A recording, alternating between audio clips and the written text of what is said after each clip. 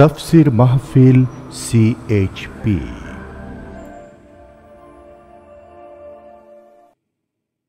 বিসমিল্লাহির রহমানির রহিম। তাফসীরুল কোরআন মাহফিল ঢাকা ২০০৫। ৩ দিনব্যাপী ঐতিহাসিক তাফসীরুল কোরআন মাহফিলের দ্বিতীয় দিনে এখন মূল্যবান বক্তব্য রাখছেন বিশ্ববরেণ্য মুফাসসিরে কোরআন আল্লামা দেলাওয়ার হোসেন সাঈদী। শব্দধারণ মাহসিন সাউন্ড সিস্টেম। প্রযোজনায় সিএইচপি। শুধু তাফসীর মাহফিল সিএইচপি চ্যানেলে আল্লামা সাঈদীর দ্বিতীয় দিনে আলোচনা এখন দেখতে পাবেন। ভাই সব আপনারা কোরআন শুনতে এসেছেন, আর এতক্ষণ যত আলোচনা হয়েছে সব কোরআন কেন্দ্রিক আলোচনা হয়েছে। আলহামদুলিল্লাহ বলি। এটা যত শুনবো ততই আমাদের জন্য কল্যাণকর হবে। এখানে পল্টন মাঠে ইসলামী পাঠাগার মাহফিলের আয়োজন করছে। সেই শুরু হয়েছিল এটা খিলগা হাই স্কুল মাঠ থেকে, তারপরে কমলাপুর স্টেশন ময়দান থেকে, এরপরে সেন্ট্রাল গভর্নমেন্ট হাই স্কুল মাঠ, তারপরে পল্টন, সব মিলিয়ে এখানে হলো 28 বছর একটানা। চট্টগ্রামে হলো এবছর 26 বছর একটানা, কুমিল্লায় হলো 25 বছর, সিলেটে হলো 30 বছর। আলহামদুলিল্লাহ বলো। এই যে 30 বছর, আর এর আগে মাহফিল বিভিন্ন জায়গায় আল্লাহ করাচ্ছেন। কোরআন কারীমের তাফসীরের খেদমত আল্লাহ তাআলা করার তৌফিক আমার মতো একটা ছোট্ট গোলামকে দিলেন। তা প্রায় 42 বছর পার হলো, কোনো শেষ করতে পারি নাই। আমি যাদের ছাত্র হওয়ার যোগ্যতাও রাখি না, তারাও শেষ করতে পারেন নাই কোরআনে কারীম। একদিন হয়তো প্রশান্ত মহাসাগরের পানি কতটুকুন তা হয়তো একদিন পরিমাপ করা সম্ভব হলেও হতে পারে, কিন্তু কোরআনের গভীরতা কতখানি তা বোধহয় পরিমাপ করে মানুষের পক্ষে সম্ভব হবে না। এর কোনো শেষ নাই। আল্লাহ তাআলা বলছেন, قُلْ لَوْ كَانَ الْبَحْرُ مِدَادًا لِكَلِمَاتِ رَبِّي لَنَفِدَ الْبَحْرُ قَبْلَ أَن تَنفَدَ كَلِمَاتُ رَبِّي وَلَوْ جِئْنَا بِمِثْلِهِ مَدَدًا। আল্লাহ তাআলা বলেন, নবী আপনি বলুন, তাম পৃথিবীর সমস্ত সমুদ্র মহাসমুদ্রের পানিগুলি যদি কালি হয়ে যায়, আর তাই দিয়ে যদি আমার রবের কালেমার ব্যাখ্যা লেখা যদি শুরু হয়ে যায়, লিখতে লিখতে তাম পৃথিবীর পানিগুলি শেষ হয়ে যাবে, আমার রবের কালেমার ব্যাখ্যা লেখা শেষ হবে না। এ হচ্ছে আল্লাহ তাআলার সেই কালাম। এ কোরআন পৃথিবীতে মানবতার কল্যাণের জন্য নাজিল হয়েছে। এ কোরআন এসেছিল একটি বর্বর যুগে, একটা মৃত্যুপ্রায় জাতিকে জিন্দা করেছে একখানা কিতাব। সুবহানাল্লাহ বলবেন না? রক্তক্ষয়ী বিপ্লব নয়, একখানা কিতাব একটা বিপ্লব করতে পারে বিশ্বব্যাপী। কোরআন তার উৎকৃষ্ট উদাহরণ। দুনিয়ায় যত বিপ্লব হয়েছে, এর এক একটা বিপ্লব করার জন্য, বিপ্লবকে সফল করার জন্য লক্ষ লক্ষ মানুষকে হত্যা করতে হয়েছে। এখনো রাশিয়ায় গণকবর পাওয়া যাচ্ছে, লক্ষ লক্ষ মানুষের মাথার খুলি হাড্ডি গুড্ডি পাওয়া যাচ্ছে, কিন্তু তাতে করে কোনো কল্যাণ আসে নাই। নবী করিম সাল্লাল্লাহু আলাইহি ওয়াসাল্লাম এই কোরআন দিয়ে এক বিপ্লব সাধন করেছিলেন, একা শুরু করেছিলেন, আওয়াজ দিয়েছিলেন লা ইলাহা ইল্লাল্লাহ, একা আওয়াজ দিয়েছিলেন। সেই আওয়াজের জের ধরে, ওই আওয়াজের রেশ ধরে চলে এসেছে এ পর্যন্ত, চলবে কিয়ামত পর্যন্ত। বিশ্বকবি আল্লামা ইকবাল কি সুন্দর করে বলছেন, मगरिब की वादियों में गूंजी अदा हमारी, मगरिब की वादियों में गूंजी अदा हमारी, थमथा न था किसी से सैल रवां हमारा। প্রাচ্য এবং প্রতীচ্যে, পাহাড়ে এবং পর্বতে আমার আজানের আওয়াজ উচ্চারিত হবে। ইথারে, বাতাসে, অক্সিজেনে, সমুদ্রের তরঙ্গমালার উপর দিয়ে গোটা বিশ্বে ছড়িয়ে পড়বে কালেমার আওয়াজ। ঠেকাবার ক্ষমতা কারো হবে না ইনশাআল্লাহ। সেই যে একা শুরু করেছেন নবী করিম সাল্লাল্লাহু আলাইহি সাল্লামের কোরআনের আওয়াজ, সারা পৃথিবীতে এখন সেই কালেমার অনুসারী, সেই কোরআনের অনুসারীদের দেশের সংখ্যা পৃথিবীতে 157টি। এই 157টি দেশের মধ্যে অর্ধশত দেশ মুসলমানদের অধিকারভুক্ত। এই পৃথিবীতে যত সম্পদ আছে, সমস্ত সম্পদের অন্তত 60% সম্পদ হচ্ছে মুসলমানদের করায়ত্ত। খনিজ পদার্থের অন্তত 55% এই মুসলমানদের করায়ত্ত রয়েছে।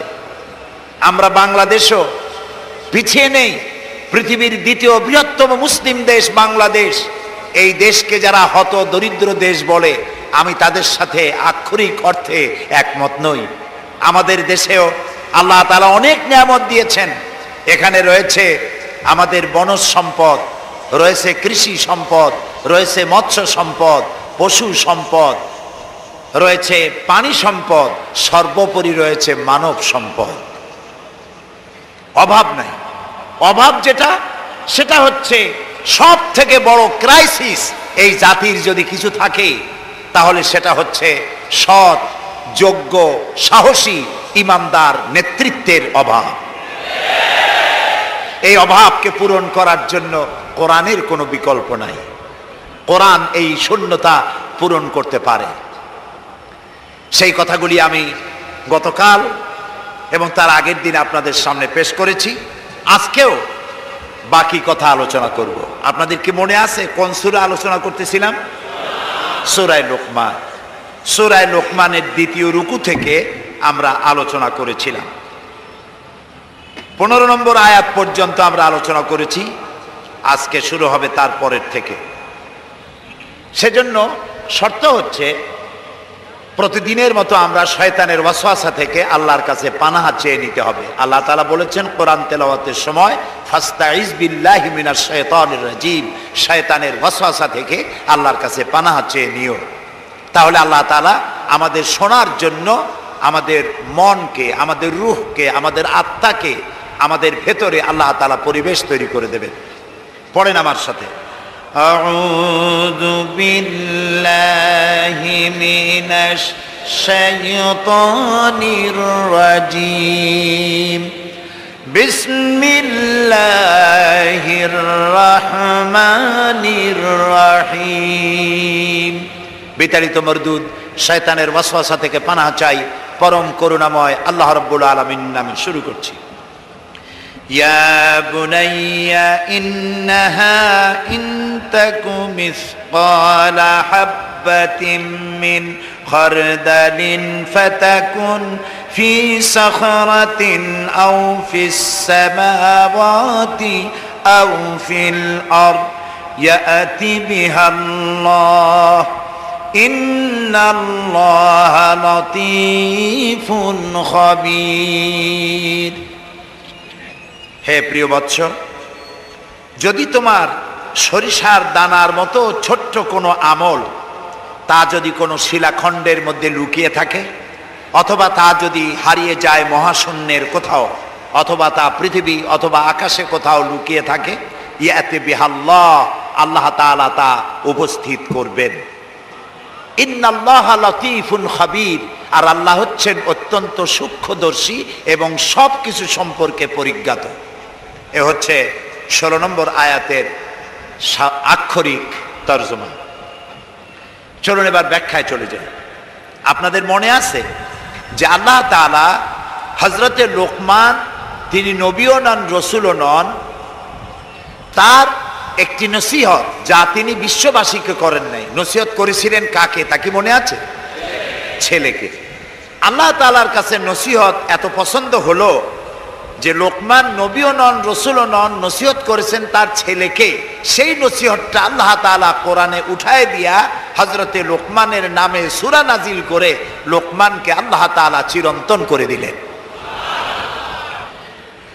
গতকাল আলোচনা করেছিলাম, হযরতে লোকমান নসিহত শুরু করলেন। নসিহত তিনি ছেলেকে শেষ করতে পারেন নাই, এর মধ্যেই আল্লাহ তার বক্তব্য শুরু করেছিলেন। ব্যাখ্যা কালকে দিয়েছিলাম, মনে আছে আপনাদের? আলহামদুলিল্লাহ। তো আল্লাহ তাআলার কথা বলা 15 নম্বর আয়াতে আল্লাহর কথা বলা শেষ হয়ে গেল।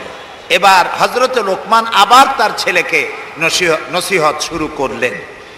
তিনি তার ছেলেকে ডাকলেন, ইয়া বুনাইয়া, হে প্রিয় বৎস। এখানে হযরতে লোকমানের টার্গেট হচ্ছে তরুণ, যুবকরা হচ্ছে হযরতে লোকমানের টার্গেট। তরুণ এবং যুবকরাই হচ্ছে একটি জাতির ব্যাকবোন, একটি জাতির মেরুদণ্ড। মেরুদণ্ড যদি বক্র হয়ে যায়, আপনি কি সোজা হয়ে দাঁড়াতে পারবেন? বলেন, পারবেন? জাতিকে যদি মেরুদণ্ড সোজা করে দাঁড়াতে হয়, তাহলে তার ব্যাকবোনকে মজবুত করতে হয়। আর মেরুদণ্ড ব্যাকবোন হচ্ছে যুবশক্তি, তারুণ্য, তরুণরা। তারাই হচ্ছে জাতির ভবিষ্যৎ। এই জাতির ভবিষ্যৎই হচ্ছেন হযরতে লোকমানের টার্গেট। এজন্যই আল্লাহ তাআলা তার এই নসিহতকে সর্বাধিক পছন্দ করেছেন। সুবহানাল্লাহ। বুড়াদের তো হেদায়েত করে লাভ নাই, বুড়ারা তো বুড়া হয়েই গেছে। কথা বুঝতে পেরেছেন? যুবকদের সময় আছে, আমাদের সময় নাই। আমরা একটা প্রান্তে এসে গিয়েছি। আমরা অস্তগামী সূর্যের মতো ক্রমান্বয়ে অস্তাচলে এগিয়ে যাচ্ছি, আর তরুণ আর যুবকরা উদীয়মান সূর্যের মতো দেদীপ্যমান হয়ে সামনের দিকে এগিয়ে যাচ্ছে। সেই যুবকরাই হচ্ছে হযরতে লোকমানের টার্গেট। আমিও আজকে লক্ষ্য করছি, শুধু আজকে না, যেখানেই কোরআনের মাহফিল করি আমি একটু চোখ ফেলে তাকাই। আলহামদুলিল্লাহ, চোখের নজর আল্লাহ ভালোই রাখছেন। আলহামদুলিল্লাহ, এ বয়সেও চোখ আল্লাহ ভালো রাখছেন। মৃত্যু পর্যন্ত যেন চোখের দৃষ্টিশক্তি আল্লাহ আমাদের সমানভাবে রাখেন। আমরা বলি আমিন। আমি জরিপ করে দেখি, যারা মাহফিলে কোরআন শুনতে আসেন তাদের মধ্যে বৃদ্ধ যদি 5% হয়, 95% তরুণ আর যুবক দিয়ে মাহফিল ভরে যায়। আর এটাই হচ্ছে আমাদের কে যারা চোখে দেখতে পারে না, আছে না একটা দল, আছে না? নাম নেওয়ার দরকার আছে? আপনারা এমনি বোঝেন। ওদের তাফসীরের মাহফিলে সব থেকে বাধা দেয় কেন? তাদের কলিজায় কষ্টটা কি? তাদের কলিজার কষ্টটা হলো যে এই যে মাহফিলগুলি বুড়ারা যাক, এই যুবকগুলি যায় কেন? দিলের মধ্যে খুব কষ্ট। আর এই যুবকরা যখন আসে, ঘন্টার পর ঘন্টা বসে থেকে দাঁড়িয়ে থেকে কোরআনে কারীম শুনে এক পর্যায়ে কলিজাটা নরম হয়ে যায়। তরুণদের দিল নরম, আলহামদুলিল্লাহ বলেন। তাদের দিলটা নরম, কোরআনের দিকে আকৃষ্ট হয়। তখন আমাদের বন্ধুরা ভাবে কি সর্বনাশ হলো, এতদিনের বানানো কর্মীগুলি সব ওদের কর্মী হয়ে গেল, আমাদের পুকুরের জিয়ানো মাছগুলি সব ইসলামের পুকুরে চলে গেল।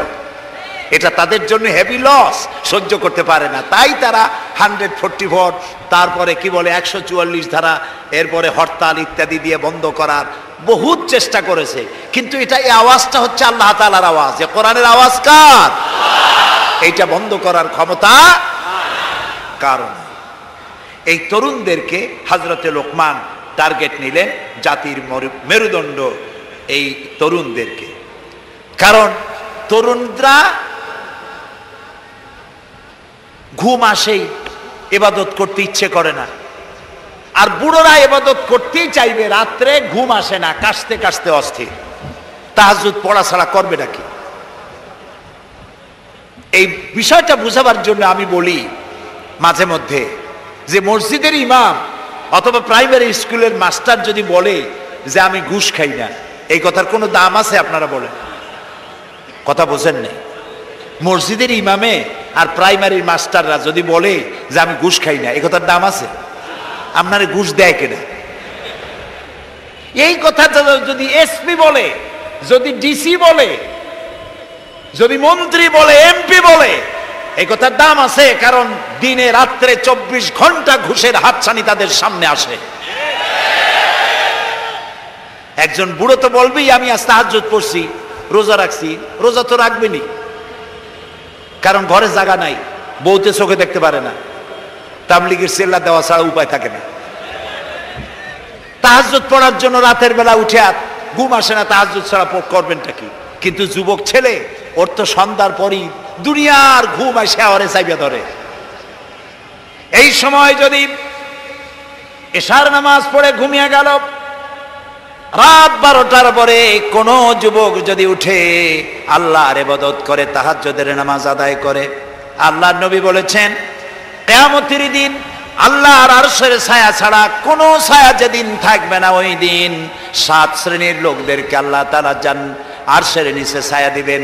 তার মধ্যে এক শ্রেণী হলো ওয়াশাবুন নাশাফি ইবাদাতিল্লাহ, ওই সব যুবক যারা রাত কাটিয়েছে আল্লাহর ইবাদতের মধ্য দিয়ে, রাত গুজরান করেছে আল্লাহর ইবাদত তেলাওয়াত নামাজের মধ্য দিয়ে।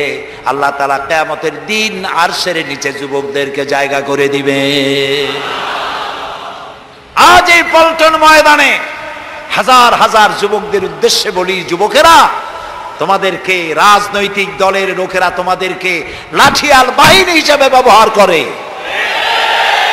তোমাদেরকে নামাজ শিখায় না, চরিত্র শিখায় না, তোমাদের শিখায় অমুক ভাই তমুক ভাই, তারপরে দেওয়ালে দেওয়ালে লেখা চাঁদাবাজি মাস্তানি শেখানো, শয়তানি বদমাশি করা শিখায়, নামাজের কথা শিখায় না, ঠিক কিনা? চরিত্রের কথা শিখায় না, ঠিক কিনা? কিয়ামতে জান্নাত আছে জাহান্নাম আছে এমন কথা শিখায় না। জনসভায় বক্তৃতা করতেই থাকে, আসর যায় মাগরিব যায়, নামাজের কথা শিখায় না। যুবকেরা, তোমাদের বিবেকের কাছে প্রশ্ন করি, এমন দলও আমাদের দেশে আছে যাদের জনসভায় মিছিলে হাজারো স্লোগান হয়, গলা ফাটিয়া রগ ফুলিয়া স্লোগানের জ্বালায় ঠোঁট পাখির মতো লম্বা হয়ে যায়, কিন্তু নারায়ে তাকবীর আল্লাহু আকবার বলে না। আছে না এমন দল? মুসলিম যুবক, তোমাদের বিবেকের কাছে প্রশ্ন, রাতের বেলায় শুয়ে শুয়ে নিজের বিবেককে প্রশ্ন করো, এত স্লোগান দেই কিন্তু আল্লাহর নামের স্লোগান দিতে পারি না কেন? এ বাংলাদেশ তো ভারতের রাজধানী নয়, এটা পৃথিবীর দ্বিতীয় বৃহত্তম মুসলিম দেশ। এখানে আল্লাহু আকবার দিতে পারি না কেন? তোমাদের নেতার কাছে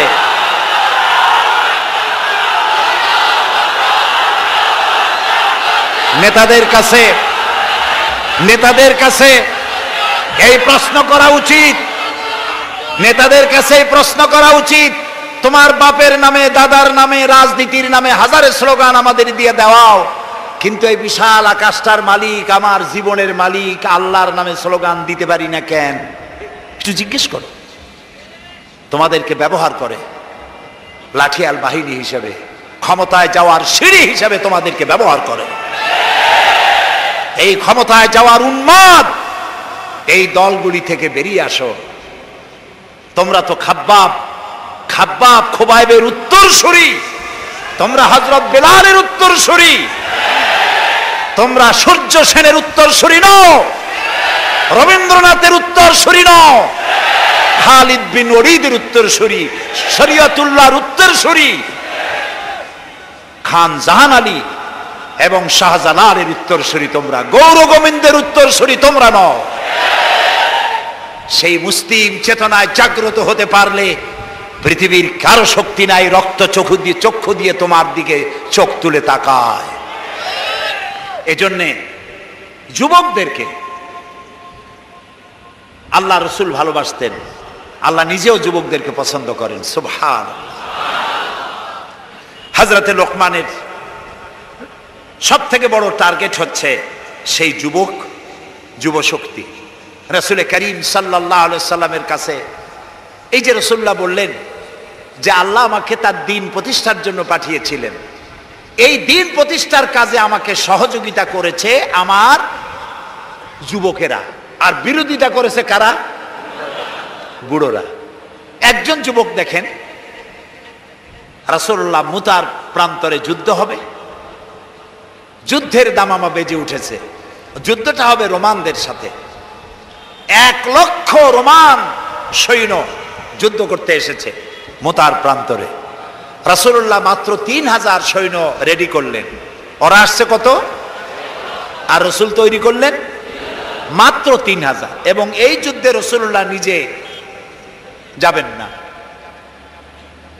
এখানে তিনি সেনাপতি নির্বাচন করার জন্য বললেন, যায়েদ কোথায়? যায়েদ দাঁড়িয়ে গেলেন, রাসূলুল্লাহ, ইয়া রাসূলুল্লাহ আমি হাজির। রাসূলুল্লাহ বললেন, জাফর কোথায়? তিনি বললেন, লাব্বাইক ওয়া সাদাইক, চাচাতো ভাই জাফর, সব যুবক, আমি হাজির। রাসূলুল্লাহ প্রশ্ন করলেন, আব্দুল্লাহ ইবনে রাওয়াহা কোথায়? তিনি বললেন, লাব্বাইক ওয়া সাদাইক, আমরা হাজির।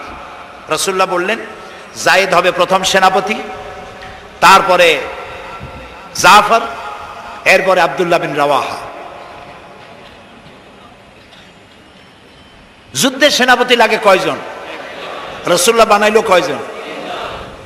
3 জন। বুঝতে পারলেন, তিনি সেখানেই সিদ্ধান্ত নিলেন, এই 3 জনও যদি না থাকে তাহলে চতুর্থ তোমরা মাঠে আর একজন বানাই নিও। তাহলে এর দ্বারা বোঝা গেল যে 3 জন শহীদ হয়ে যাবে। রাসূলুল্লাহ বলছেন, সুবহানাল্লাহ বলেন, 3 জন শহীদ হবেন, কোনো সন্দেহ নাই, বুঝতে কারো বাকি নেই। রাসূলুল্লাহ বললেন, তোমরা যাও, 3 জন গিয়ে তোমরা তোমাদের মা বাবা স্ত্রীর কাছ থেকে বিদায় নিয়ে আসো। সুবহানাল্লাহ। হযরতে যায়েদ বললেন, ইয়া রাসূলুল্লাহ, আমার তো আর যাওয়ার জায়গা নাই, আপনি আমার পিতা, হযরত আয়েশা আমার মা, আপনি নির্দেশ করেছেন, সামি'না ওয়া আতানা, শুনছি এবং আমার মাথাকে অবনত করে দিলাম আপনার হুকুমের সামনে। হযরতে জাফর চলে গেলেন নিজের বাড়িতে, স্ত্রীকে ডেকে বললেন, স্ত্রী, রাসূলুল্লাহ আমাকে নির্দেশ করেছেন মুতার প্রান্তরে যুদ্ধে যাওয়ার জন্যে, আমি চলে যাব, তোমার কাছে বলতে এলাম। রাসূলুল্লাহ নির্দেশ না করলে বলতেও আসতাম না।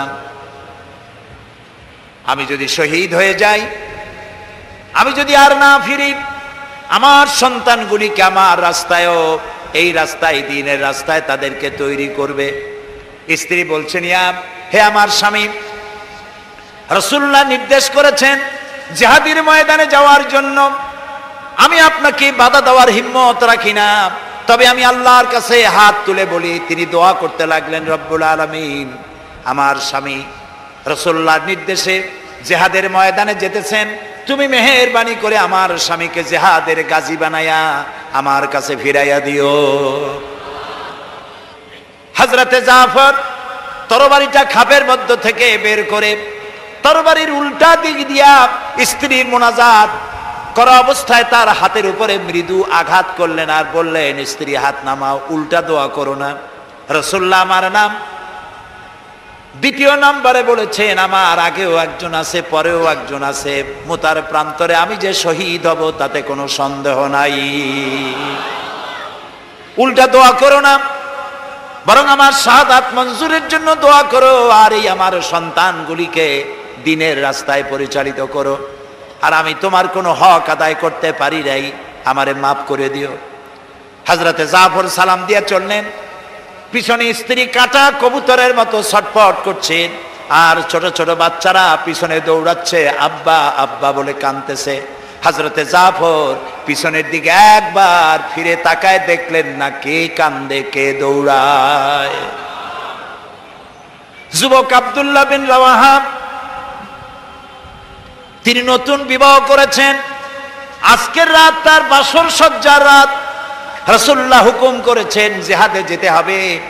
তিনি চলে গেলেন নিজের বাড়িতে।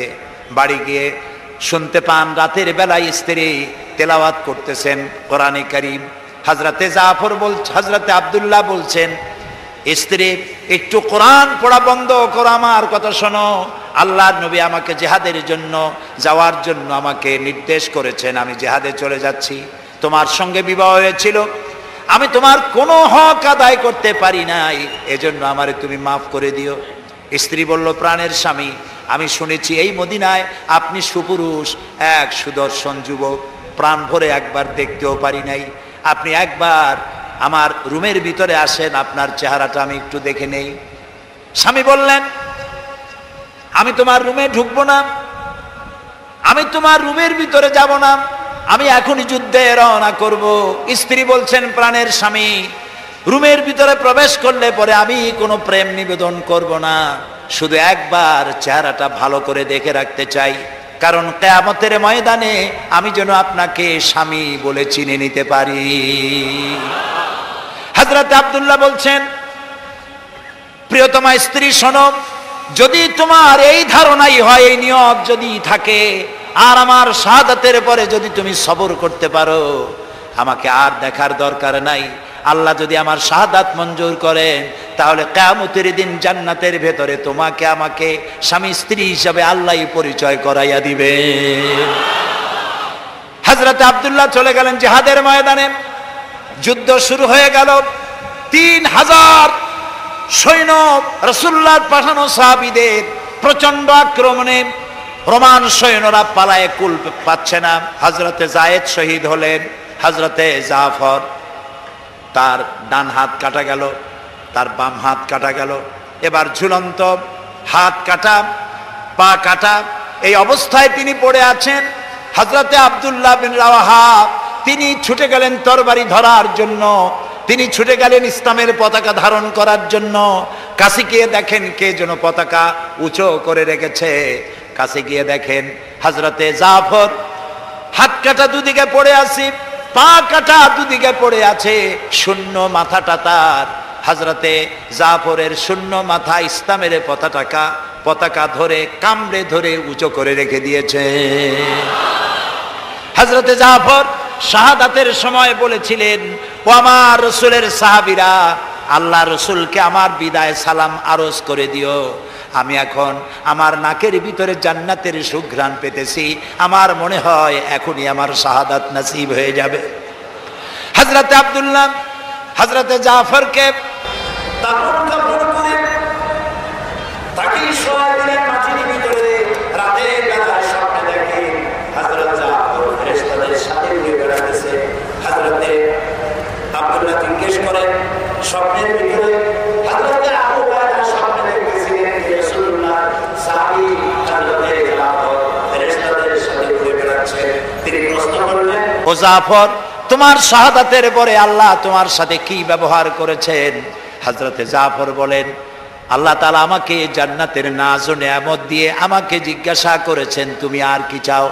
আমি বলেছি, রব্বুল আলামিন কিচ্ছু চাই না, জমিনে আর একবার পাঠাও, তোমার দ্বীনকে প্রতিষ্ঠার জন্য, তোমার দ্বীনের রাস্তায় আর একবার জীবন দিয়ে আসি। যুবকদের জন্য আল্লাহ তাআলা যুবকদেরকে ভালোবাসেন, আল্লাহর নবী যুবকদেরকে ভালোবাসেন। সেই যুবকদেরকে টার্গেট করেছেন হযরতে লোকমান। তাই আল্লাহ তাআলা লোকমানের নসিহতকে পছন্দ করে কোরআনের মধ্যে জায়গা করে দিয়েছে। এই নসিহত থেকে আমাদেরকেও শিক্ষা নিতে হবে। কোরআনে কারীমে আল্লাহ তাআলা বলছেন, ওয়া আনজির আশিরাতাকাল আকরাবিন, তোমার নিকটবর্তী যারা তাদেরকে তুমি, তোমার সন্তান সন্ততি তাদেরকে সতর্ক করো, জাহান্নামের আগুন থেকে তাদেরকে রক্ষা করো, আল্লাহর দিকে আহ্বান করো। আল্লাহ রাব্বুল আলামিন বলেন, ইয়া আইয়ুহাল্লাযীনা আমানু কু আনফুসাকুম ওয়া আহলিকুম নারা, হে বিশ্বাসীরা যারা ঈমান এনেছো শোনো, কু আনফুসাকুম, তুমি নিজেকে জাহান্নামের আগুন থেকে বাঁচাও, ওয়া আহলিকুম নারা, আর তোমাদের আহাল পরিবর্গ সন্তান সন্ততিদেরকেও জাহান্নামের আগুন থেকে তাদেরকে বাঁচাও। আমরা কি সেই চেষ্টা করতেছি? এবার কিন্তু জবাব দিতে পারিনি, আমরা করতে পারতেছি না। আমাদের চোখের সামনে আমাদের সন্তানগুলি নষ্ট হয়ে যাচ্ছে, চুরি ডাকাতি সন্ত্রাস চাঁদাবাজ মাস্তান হয়ে যাচ্ছে, বেনামাজি হয়ে যাচ্ছে। আমরা খোঁজ খবর রাখতে পারছি না, আমাদের যুবকদেরকে আমরা কন্ট্রোল করতে পারছি না। এই জন্য আল্লাহ তাআলা বলেছেন, তোমার সন্তানদেরকে জাহান্নামের আগুন থেকে বাঁচাও। আচ্ছা, আপনার কলিজার টুকরা সন্তান রাস্তা দিয়ে বাপ বেটা দুজনে যাচ্ছেন, আপনি দেখতে পাচ্ছেন ম্যানহোলের ঢাকনা খোলা, ছেলেটা উপরের দিকে তাকায় হাঁটতেছে, নতুন ঢাকায় আসছে তো এদিক ওদিক দেখতেছে, ম্যানহোলের কাছে চলে গেল, আপনি দেখতে পাচ্ছেন ছেলেটা ম্যানহোলের মধ্যে পড়ে যাবে। এই দৃশ্য যদি দেখেন আপনি কি করবেন? তাকায় তাকায় দেখবেন। ম্যানহোল না, যদি দেখেন আগুনে পড়তেছে, পানিতে পড়তেছে, নিজের জীবন বিপন্ন করে আপনি তাকে বুকের সাথে আঁকড়ে ধরবেন, ঠিক কিনা বলেন? তো আপনার চোখের সামনে আপনার ছেলে নামাজ পড়ে না, আমার ছেলে নামাজ পড়ে না, ধরেন ছেলে নামাজ পড়ছে না, রোজা রাখছে না, চরিত্র নাই, ঈমান নাই, নষ্ট হয়ে যাচ্ছে, অথচ জাহান্নাম থেকে ফিরাবার জন্য আমরা চেষ্টা পাচ্ছি না। আল্লাহ তাআলা আমাদেরকে সতর্ক করে দিচ্ছেন, নিজে জাহান্নামের আগুন থেকে বাঁচো আর সন্তানদেরকে জাহান্নামের আগুন থেকে বাঁচাও।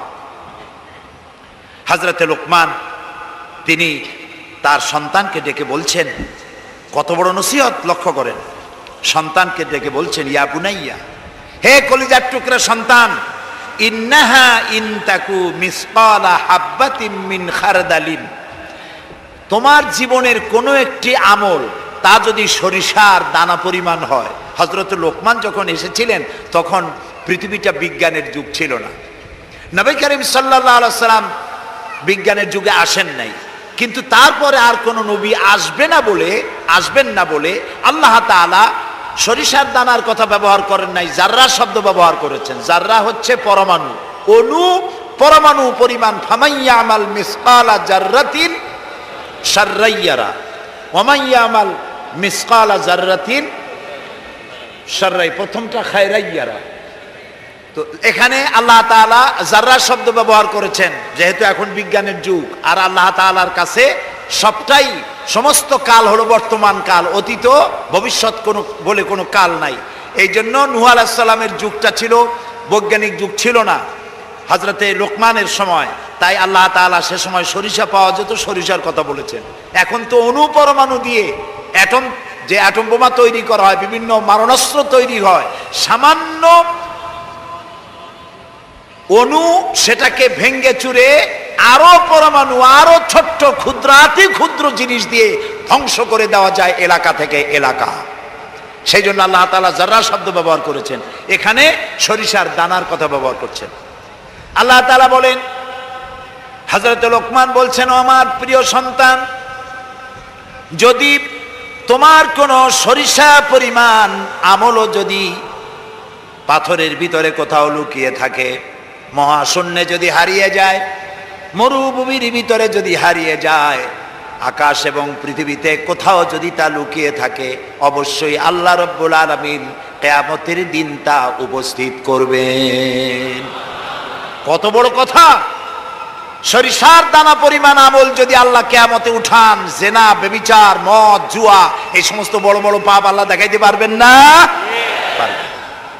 সন্তানকে কিভাবে নসিহত করতে হয়, সন্তানকে গুলশানে 4টা বাড়ি রেখে যাওয়া, ব্যাংকে হাজার হাজার কোটি টাকা ব্যাংক ব্যালেন্স রেখে যাওয়া সন্তানের জন্য কল্যাণকর নয়।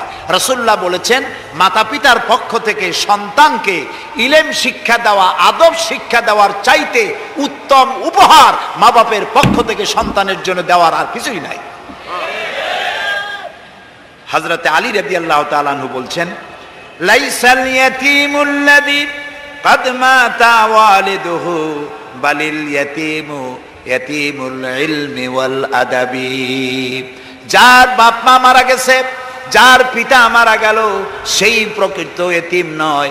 প্রকৃত এতিম হচ্ছে যার কাছে কোরআন হাদিসের জ্ঞান নাই আর আদব নাই।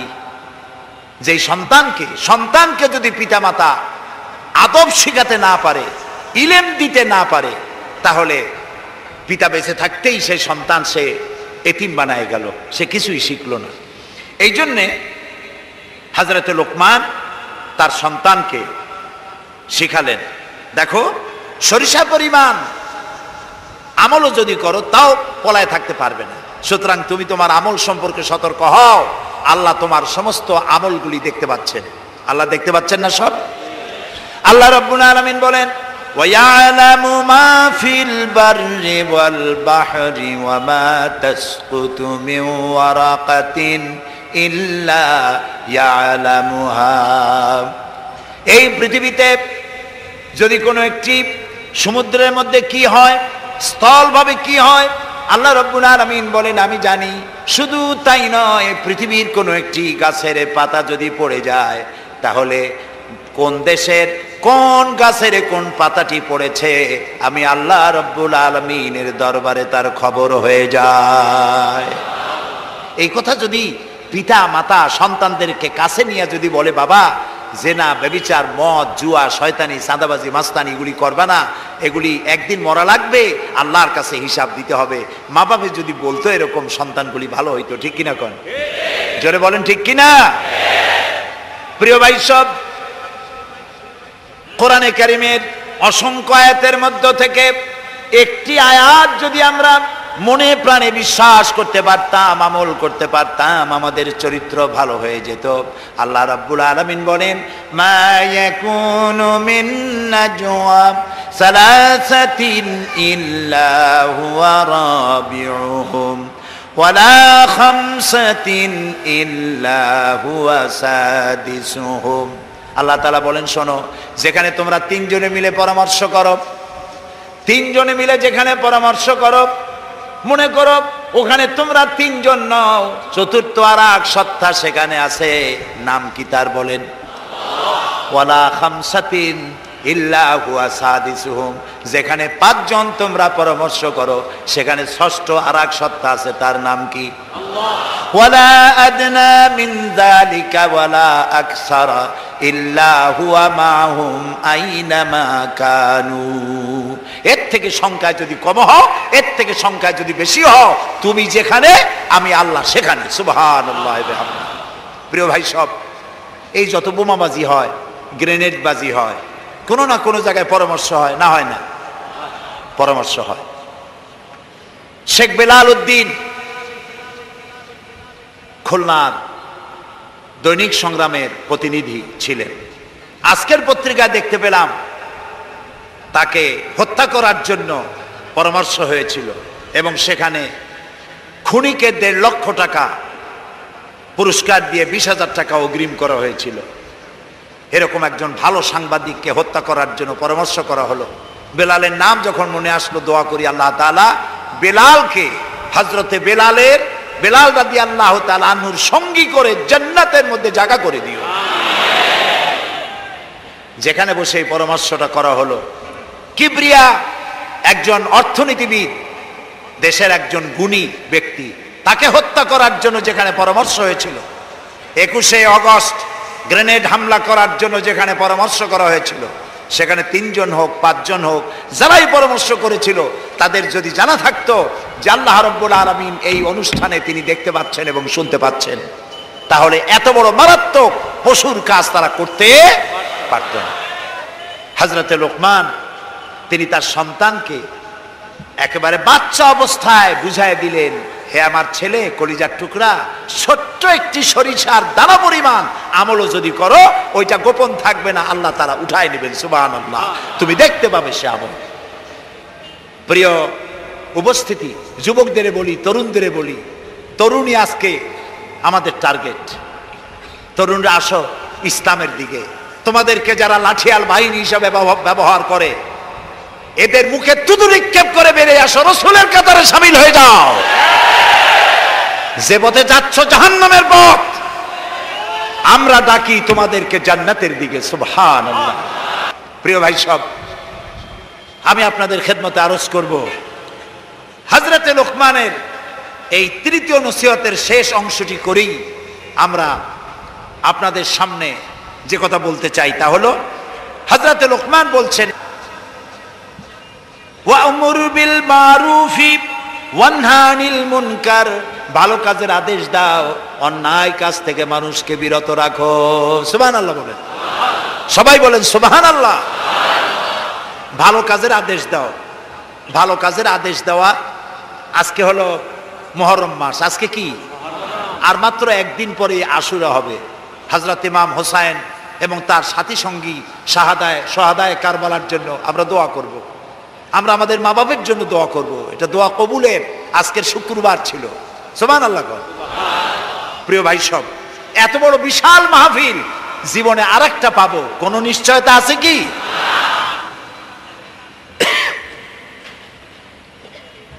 3 নম্বর নসিহতের শেষ অংশ হচ্ছে, হে প্রিয় বৎস, ভালো কাজের আদেশ করবা আর অন্যায় কাজের বিরোধিতা করবা। ভালো কাজের আদেশ আমরা এখন ভুলে গেছি, করি না। অন্যায় কাজ থেকেও মানুষকে ফিরায় রাখি না।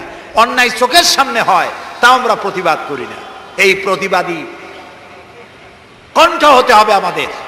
রাসূলুল্লাহ বলেছেন, মান রা মিনকুম মুনকারান ফালিয়ুগাইয়িরহু বিয়াদি ফাইন লাম ইয়াস্তাতি ফাবিলিসানি ফাইন লাম ইয়াস্তাতি ফাবিকলবি ওয়া যালিকা আযআফুল ঈমান।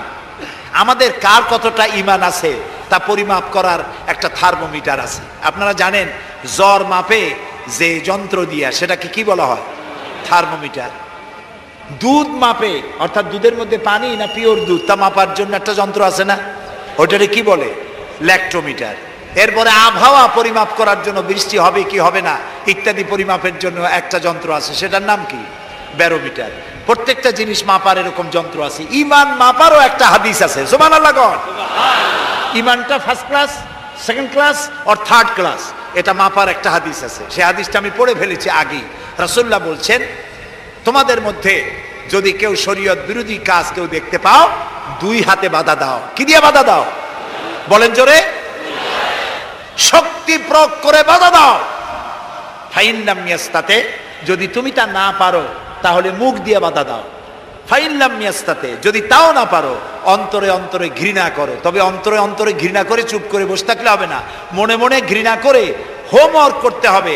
মনের মধ্যে এই চিন্তা রাখতে হবে যে এই অন্যায় কাজকে নির্মূল করার জন্য কি করা যায়, সে সম্পর্কে পরিকল্পনা নিতে হবে। আর এটা হলো ওয়াযালিকা আযআফুল ঈমান, আর এটা হলো ঈমানের একদম থার্ড ক্লাস, তৃতীয় পর্যায়। এরপরে ঈমানের আর কোনো অংশ নাই। হযরত লোকমান বলছেন, ওয়াসবির আলা মা আসাবাক, এরপরে তুমি সবর ইখতিয়ার করবে। সবর, ধৈর্য। ভালো কাজের আদেশ, অন্যায় কাজের নিষেধ, এর মধ্যে সবরের কথা আসলো কেন? সবরের কথা আসলো এই জন্য যে আপনি যখনই মানুষের ভালো কথা বলবেন তখনই আপনারে মানুষে গালি দিবে, মন্দ কথা বলবে। ইসলামের দাওয়াত দিবেন, বলবে যে মৌলবাদী। ঠিক কিনা? এখন তো কিছু দল আছে আমাদের দেশে, মৌলবাদ আর সাম্প্রদায়িক ছাড়া আর কিছু চোখেই দেখে না, খালি কয় মৌলবাদ মৌলবাদ মৌলবাদ মৌলবাদ। সাম্প্রদায়িক কি? সাম্প্রদায়িক হইছে? মৌলবাদ কি হইছে?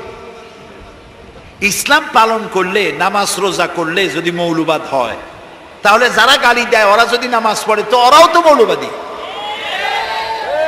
সাম্প্রদায়িক কি হয়েছে? কেন সাম্প্রদায়িক করেন? বাংলাদেশে কি সাম্প্রদায়িকতা বলতে কিছু আছে? এই দেশেও যদি বলে সাম্প্রদায়িক সম্প্রীতি নাই, তাহলে সাম্প্রদায়িক সম্প্রীতি আছে কোন দেশে? ওই দেশের নামটা আমরা শুনতে চাই। বাংলাদেশ পৃথিবীর অন্যতম শ্রেষ্ঠ সাম্প্রদায়িক সম্প্রীতির একটি উজ্জ্বল দৃষ্টান্ত বহন করে চলছে এই বাংলাদেশ। আমরা 1947 সনে একবার স্বাধীন হয়েছি, আবার 71 সনে পূর্ণাঙ্গ স্বাধীনতা লাভ করেছি। ঠিক না ভাই? ওই একই 47-এ ভারতও স্বাধীন হয়েছে, আমরাও স্বাধীন হয়েছি। আমাদের দেশে 47 থেকে নিয়ে এই পর্যন্ত সাম্প্রদায়িক দাঙ্গা, কমিউনাল রায়ট, ধর্মীয় মারামারি, হিন্দু মুসলমানে সাম্প্রদায়িক মারামারি, খুনাখুনি হয়েছে বলেন? হয়ে থাকলে কোথায় হয়েছে বলেন? হয়েছে কোথাও? হয় না। আর যে ভারত আমাদের প্রতিবেশী, 1947 থেকে এই পর্যন্ত সাম্প্রদায়িক দাঙ্গা হয়েছে সে দেশে 20,000 বারেরও বেশি। সেটা নিয়ে কোনো মাথা ব্যথা নেই, সমস্ত মাথা ব্যথা আমাদের দেশ নিয়ে। এইখানে খালি কয় সাম্প্রদায়িক। নামাজ যদি পড়ে, লোকেরা নামাজ পড়ে, রোজা রাখে, ইসলামের কথা বলে, সাম্প্রদায়িক মৌলবাদ এইসব কথা বলিয়া মানুষকে আর ধোকায় ফেলা যাবে না ইনশাআল্লাহ। বাকি কথাগুলি আগামীকাল বলবো ইনশাআল্লাহ। মোনাজাতের পরে আজান হবে, বা জামাত এশার নামাজ পড়ে যাবেন। আল্লাহুম্মা আমিন। রব্বানা যালামনা আনফুসানা ওয়া ইন লাম তাগফির লানা ওয়া তারহামনা লানাকুনান্না মিনাল খাসিরিন। হায় আল্লাহ তাআলা, হাজার হাজার মুসলমান নরনারী পল্টনের ময়দানে কোরআনে কারীমের কথা শুনে তোমার দরবারে হাত তুলেছি। মেহেরবানি করে জিন্দেগীর সমস্ত গুনাহ খাতা আমাদের মাফ করে দাও রব্বুল আলামিন। আমাদের মধ্য থেকে আমাদের মা বাপ যাদের দুনিয়া থেকে বিদায় হয়ে গেছে, কবরগুলিকে জান্নাতের টুকরায় পরিণত করে দাও। রব্বির হামহুমা কামা রব্বায়ানি সগীরা। সবাই পড়েন, রব্বির হামহুমা কামা রব্বায়ানি সগীরা। রব্বুল আলামিন আমাদের যার যে অসুখ বিসুখ আছে আল্লাহ তুমি মাফ করে দিও, আমাদের উপরে তোমার খাস রহমত আল্লাহ আমরা কামনা করছি।